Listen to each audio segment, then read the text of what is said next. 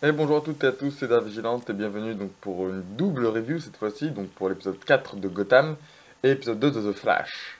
Donc on va commencer avec Gotham. Donc quatrième épisode, les choses commencent vraiment à bien se lancer et à prendre un petit peu d'ampleur, c'est pas plus mal. Les protagonistes commencent à prendre de l'importance, mais surtout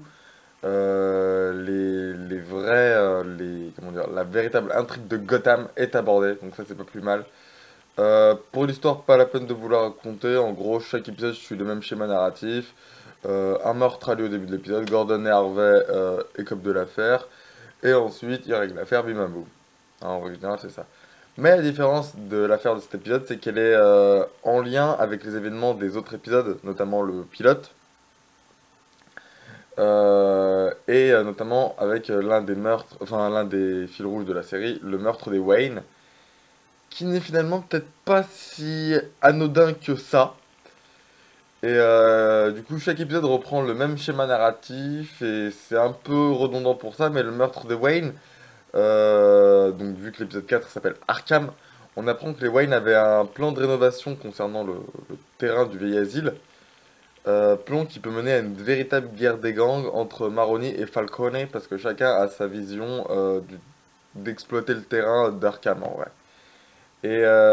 Cette guerre, elle est plus ou moins euh, une aubaine pour certains protagonistes, notamment pour Oswald Cobblepot, qui lui permet de se frayer un petit chemin, de remonter un petit peu les échelons de la mafia de Gotham et de creuser son petit nid dans le gang de Maroni.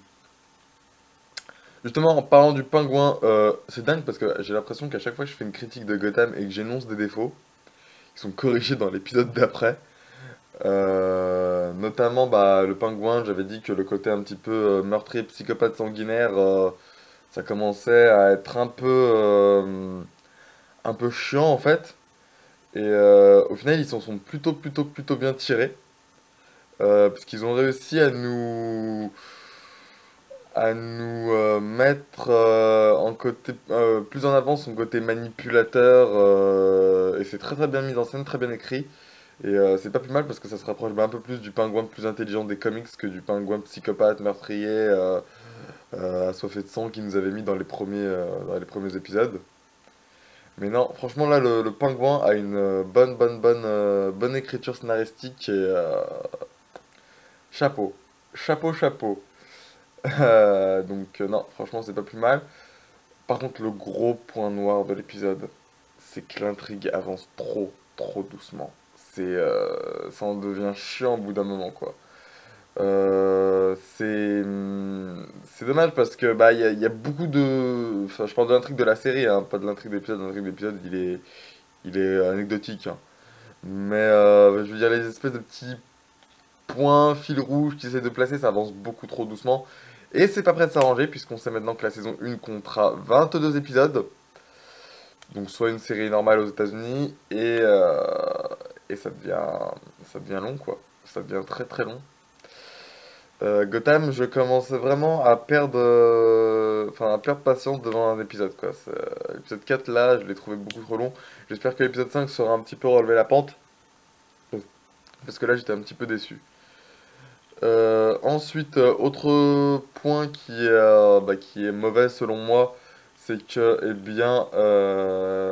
les personnages ont perdu un petit peu de charisme dans cet épisode. Même Gordon, que je trouvais très classe au début de la saison 1, enfin dans le premier épisode, je le trouve moins bien maintenant. Harvey, voilà, franchement, rien à dire dessus. Personnage un peu. Enfin, dans cet épisode, je l'ai trouvé un peu chiant quoi. Barbara Gordon, putain, mais comment elle est chiante, elle est chiante! Elle est chiante! Tout le long de l'épisode, dis-moi la vérité, je ne veux pas de secret entre nous, dis-moi la vérité. Qui est Oswald Cobblepot? Mais ta gueule! Ça fait partie du travail, on t'a dit, alors pose pas de questions. Je l'ai trouvée plutôt sympa au début de la série, mais là, elle commence à me prendre la tête. Donc j'espère qu'ils vont le rectifier ça. Mais pour ce qui est du bas de verse, parce que bah, Batman, on est obligé de parler du bas de verse, hein. On a enfin un aperçu du moins de l'asile d'Arkham, qui est magnifique. Il me fait penser, enfin j'ai eu l'impression de voir un mix entre l'asile d'Arkham de Arkham Asylum et de Batman Begin.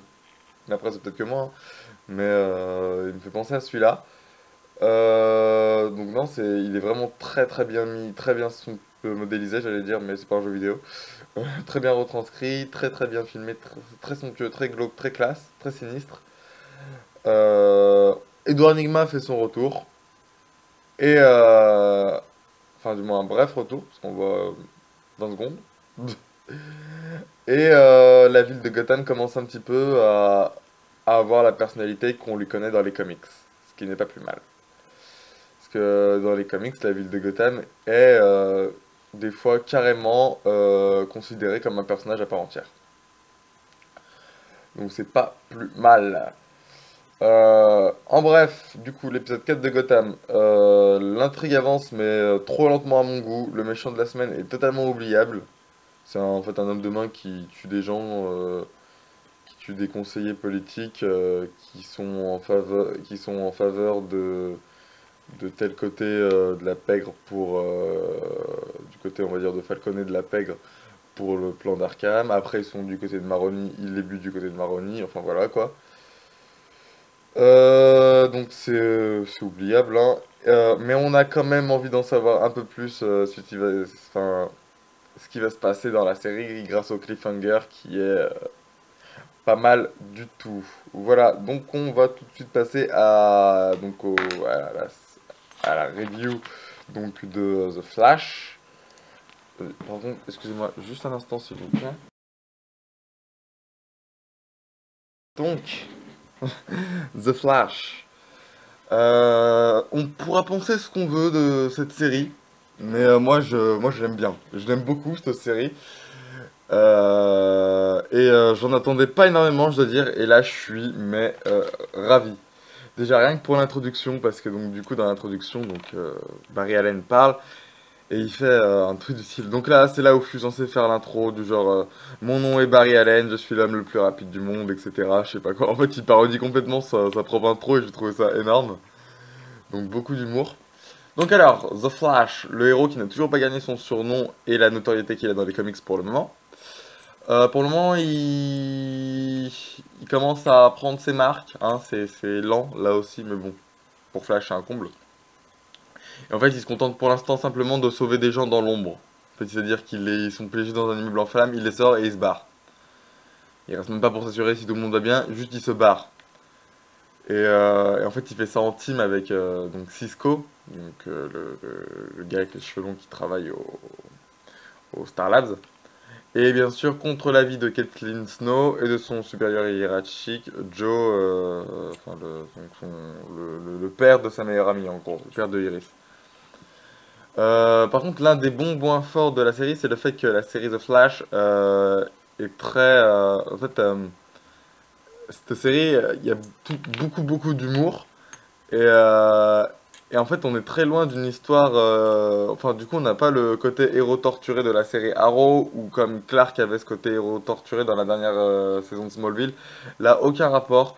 C'est une série très joyeuse. Barry Allen a toujours le sourire malgré ses échecs et ses doutes. Il a toujours le sourire, il a toujours son sens de l'humour, il continue à avancer et c'est très très bon. Notamment une scène qui m'a fait sourire. C'est une scène où en fait donc Iris West va le voir au commissariat où il travaille et donc elle sent qu'il est déprimé et elle lui demande qu'est-ce qui t'arrive. Et je m'attendais à une vieille scène à une vieille scène où le héros où en gros le héros trouve une excuse minable pour ne pas avoir à révéler son secret. Et là, d'un coup, l'image de Iris se fige et on voit Barry qui parle en super vitesse en lui disant ce qui se passe, c'est que maintenant je peux bouger super vite, que je suis amoureux de toi depuis toujours, et que quand t'es à côté de moi, je suis incapable de te dire ce que tu me fais ressentir, etc. Et j'ai trouvé ça énorme. Et après, il revient normal. Et il lui fait non, mais c'est un truc pour le travail. J'avais trouvé ça excellent, c'était trop bon. Donc non, ça c'est vraiment très bon. Bien sûr, toujours des références à l'univers des comics. On a Ronnie, le prénom Ronnie qui est cité, donc Ronnie Raymond, alias Firestorm qui est cité, qui fera une apparition plus tard dans la série. Il y a le personnage de Simon Stagg qui est présent, qui je crois, si je dis pas de conneries, est responsable de, de ce qui arrive à Métamorpho dans une série animée. Ou encore une scène montrant Flash qui court sur un tapis roulant qui fait référence bien évidemment au célèbre tapis cosmique du comics. Donc non, franchement très très bon, toujours des petites références qui font plaisir, hein. Bien sûr, faut savoir aussi quelle référence, enfin qui est quoi, hein, parce que des fois on passe à côté. Par contre, il y a l'entourage, l'un des principaux plans noirs de l'épisode, c'est l'entourage de Barry Allen qui comprend pas pourquoi, enfin du moins les gens qui sont au courant de son secret, donc à savoir Joe West et Kathleen Snow, ne comprennent pas pourquoi Barry Allen veut sauver des vies, mais c'est peut-être parce qu'il peut le faire et que c'est un super-héros en fait. Peut-être pour ça, hein.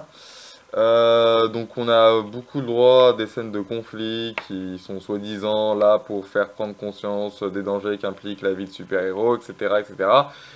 Et qui sont très ennuyantes et chiantes comme la pluie. Mais ce qui est bien dans cette série, c'est qu'ils s'embrouillent, mais après, ça va mieux. Une scène après, ils vont mieux. Ils ont oublié, c'est pardonné. Donc c'est pas plus mal, hein. Par contre, c'est ennuyant. C'est chiant, évidemment. Par contre, le deuxième point noir, c'est le super méchant. C'est le même mauvais point que l'épisode 1, c'est que le super méchant, en vrai, déjà, en plus d'avoir une histoire complètement pompée sur celle de Mister Freeze, mais on repassera. Mais quand je dis complètement pompée, c'est complètement, hein, c'est... Bon, il maîtrise pas la glace, c'est pas Captain Cold. Il a une autre sorte de pouvoir, lui. Mais enfin, c'est complètement pareil, hein. Il surjoue. Mais il surjoue. Oh là là là là. Puis en plus, il est pas crédible une seule seconde, quoi. Enfin, c'est vraiment, vraiment, vraiment pourri. Et là, attention, spoiler pendant 12 secondes. Il meurt. Il meurt Bah, donc le méchant, c'est Multiplex. Et il meurt comment il s'appelle Mage Météo, Weather Wizard, dans l'épisode 1. Ça fait deux méchants de Flash qui se font buter. Ça commence à faire beaucoup, là. Surtout si, d'après ce que j'ai compris, le but de la saison 1 serait de réunir les Lascars. Ça commence à faire beaucoup, là. Deux en... Deux en deux épisodes, ouais, je comprends bien que les méchants de Flash soient compliqués à garder, mais là ça commence à faire beaucoup à garder en cellule parce qu'ils ont des pouvoirs de ouf. Mais là ça commence à faire beaucoup. Putain, par contre, j'aimerais bien savoir parce que donc chaque épisode en gros il t'explique que le méchant a été irradié par l'ex par l'accélérateur de particules. Donc là, j'aimerais bien savoir comment ils vont te... Donc il y a une manière très scientifique sur l'apparition de leur pouvoir. J'aimerais bien savoir comment ils vont te... Ils vont t'amener Gorilla à Grodd. Je suis impatient de voir ça. Parce que ça promet d'être marrant, hein. Donc voilà. Mais en bref, l'épisode 2 de The Flash est aussi bon que le premier, même s'il conserve son défaut concernant le vilain. Mais il parvient totalement à attiser l'intérêt des spectateurs et franchement, j'ai bien envie de voir la suite de la série pour voir ce que ça va donner. Surtout qu'on a eu des photos avec le Nega Flash, des photos de tournage avec quelqu'un en costume de Nega Flash, donc ça a l'air très très bon. Et là, ce que j'attends vraiment aussi le crossover avec Arrow, car j'ai vu que je sais plus si c'est dans la série Flash ou dans la série Arrow, mais j'ai vu qu'un épisode s'appelait The Brave and the Bold et l'autre s'appelait The Flash versus The Arrow. Donc j'attends de voir. Voilà, c'est tout. Quant à moi, je vous donne rendez-vous la prochaine fois pour une prochaine vidéo. Salut!